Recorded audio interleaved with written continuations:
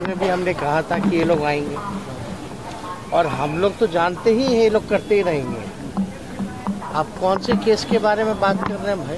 उन्होंने ट्वीट किया था। सुन लो अरे सुनिए ना, 600 करोड़ से पहले 8000 करोड़ का हिसाब तो दे दें। 2017 में सेम इसी तरीके से स्टाइल में इन लोगों ने किया था। 8000 करोड़ का क्या हुआ? कुछ नहीं है।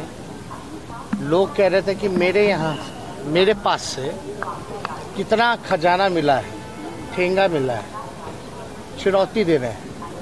मेरे पास से ठेंगा मिला है, सीजर लिस्ट जो है जारी करे या हम जारी कर देते हैं। ये प्रचार, झूठा प्रचार इस तरह से कर रहे हैं जैसे पता नहीं असल अदानी हम ही हैं।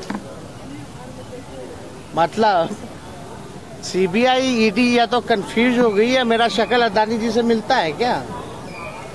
80,000 करोड़ का घोटाला छोड़ करके इतने साल से हर बार हर 2-4 दिन बाद रेड मारते हैं उनको। मेरे पास से ठेंगा मिलता है और न्यूज में वो तो एक प्लांटेड खबर है।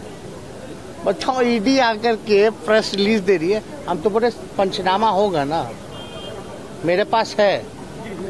और हमने ट्वीट भी करके बोला है कि जारी करो पंचनामा, नहीं तो हम जारी कर देंगे। वही पुरानी चीजें, रेलवे। अरे रेलवे क्या कर रहे हैं आप लोग? आप लोगों के पास कोई अलग कहानी नहीं है।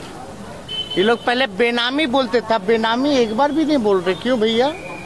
बेनामी के सारे मुकदमे हमसे तो खत्म हो गए क्या? खत्म हो गए।